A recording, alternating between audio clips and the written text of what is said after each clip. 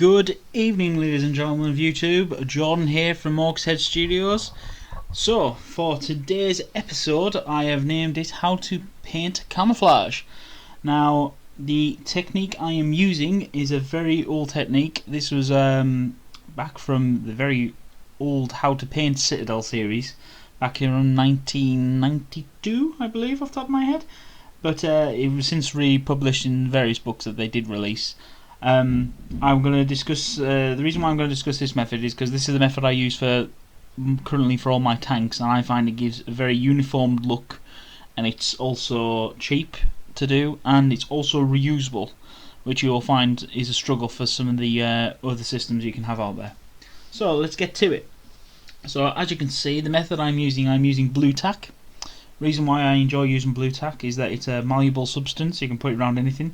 You've also got the flexibility to make it unique looking as well, and so you can create whatever patterns you want. Now, the way I'm doing mine is I'm doing mine in a diagonal pattern.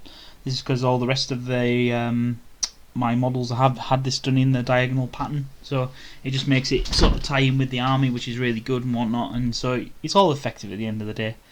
But this can be limited. You know, you can do crisscross patterns, you could do anything. This method, as well with blue tack, you could also use masking tape is another method I have seen done. One of my old friends, he used to cut out triangles of various sizes and shapes sort of thing and place them on the model. It does give a more unique look. You can also do this for as many different times you want to, for however many camos you want. Now my army scheme is just designed to be for tournaments, so it's designed to be painted en masse very quickly. I do have more than 3 colours as a minimum sort of thing, but you know, I do like to make it as simple as possible because, let's be quite frank, we all have armies where sort of you'll start it and you'll always add to it in the future, and so the simpler you make a colour scheme, the easier it is to come back to at the end, you know, when new things get released, doing models and etc, etc, you know, because we all do this. I mean, I have a Salamander Space Marine army, which is a simple colour scheme, but I've made it complex in the way I've had to do it. You know, so I have a certain type of green, I have to use a certain type of wash, and I have to do that wash twice. That's just for the base coat, and then I have all the trimming details, etc, etc, which, as you can imagine, just mind boggles, and it does increase as you go along. So anyway, and as you can see, what I do is that you take the blue tack, I tend to press it down on the table so it gets more of a flat surface to it, and then you gently push it onto the model, you know, folding it round and modelling, and as you can see I'm displaying it there. And then you do the same for all the components of the tank sort of thing. I always build my tanks in modular, so they're nice and easy for transport and storage and all these other things. So, you know, it just works out better for everyone in the end, really, doesn't it?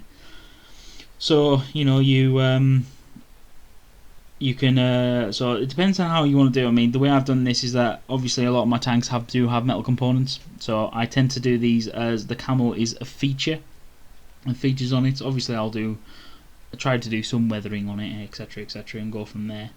But yeah, so you just form them, you know, you form the blue tack around it, set it up quite nicely. I mean, as I said, the one reason, I mean, this is on a blade blade, and the amount of blue tack I do have that I use for this camo scheme was about 2 packs that I picked up from a local stationery retailer. Only cost me a couple of quid sort of thing, so you know, it's for a couple of £, you know, and the fact is you got sprays anyway. Now this model was already base coated. I used Army Painter Uniform Grey, so as you can tell the model actually looks like it's still bare plastic, but you know, it's just again for the look. So what you do is you know, and then so once I've got all this round and sort of set up, the benefit you get with it as well is that it is unique. Each model will look unique in its own right, but at the same time, when you actually have them all out displayed together, they look like one army, and it looks stunning. It really does. I mean, I will have to get a photo of my all my tanks together. I mean, after this video that I did do for this is I set it up so it was when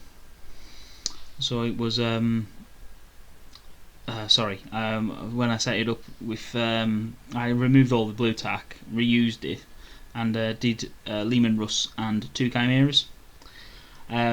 So the fact that just shows you how reusable this method is. I mean, the fact is, I've been using this same blue tack now for 2 years. 2 years I've been using it, and it's done. Oh God, I can't. I'm trying to count now. I think how many tanks it's done.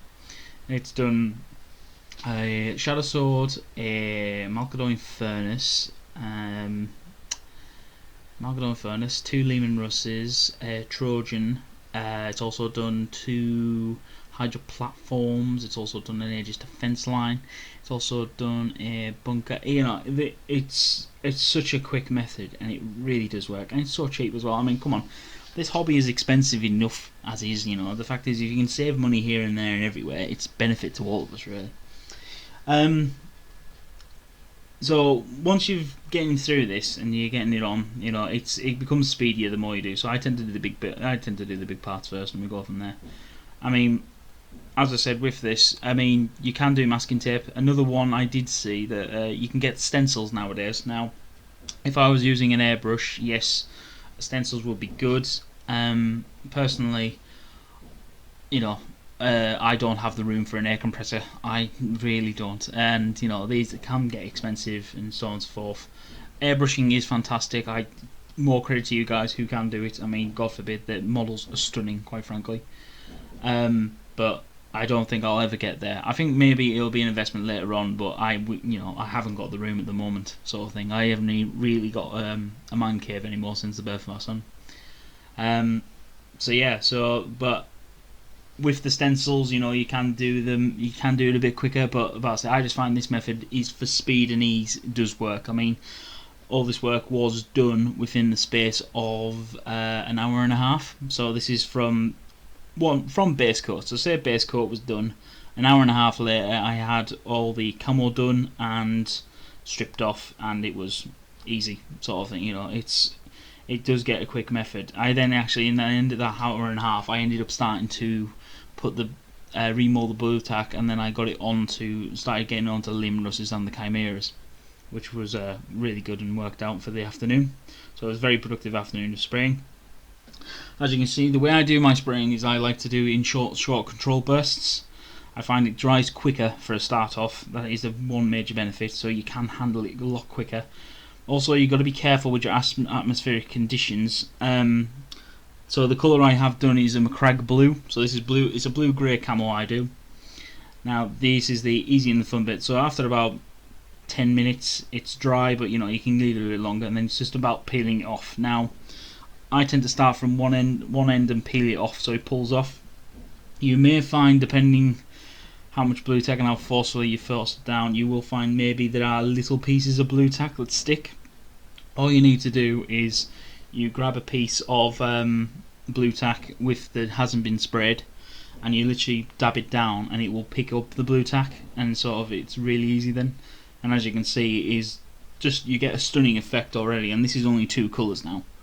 I mean, we've not even gone into detailing or anything else. I mean, once you start getting the silver on, and your colour lights and anything, you know, and all your bolts and your acrylas and everything, you know, once you start getting all these colours on, it starts getting really stunning. And then what I end up doing is I use a dark wash at the end, and it just ties it. I use a dip, but obviously for the tanks I use a paintbrush to put it on, and it ties it in beautifully at the end, and all the models do look stunning together. I'm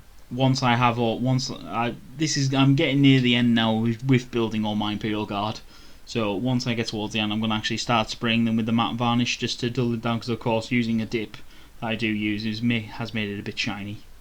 But you know, so that's the way I am with it. And as I say, this method is cheap, reliable, reusable. It is fantastic, and as you can see from the results itself, it is stunning. Now, on screen, this is how I can show you how you can reuse it. All you do is you literally are taking that sprayed blue tack and you are meshing it back in together. Now your hands are possibly going to get a little blue from this, well, or whatever colour you've sprayed it, but you know, it's fine, your hands can wash. So literally you got to keep working it. So it's just, imagine it's literally like a piece of tough dough from baking, and you literally, so you push it together, pull it apart, mush it together again, keep doing it, and literally it takes 10 minutes to rework it. It really does. That's all it does. And after 10 minutes, it's going to be a bit grainy sort of thing. The longer you work it, the smoother you'll get again. But it does get really easy and manageable to do, and the blue tack's practically perfect, and you can use it again. So this is the reason why I love this method, because it's reusable. Using masking tapes, not reusable. Using stencils, you have to clean them down and all this. Airbrushes, you need maintenance on it, whereas this, I've used a spray can and I've used blue tack. It's not rocket science, and I can reuse it, and it's cheap and it's simple.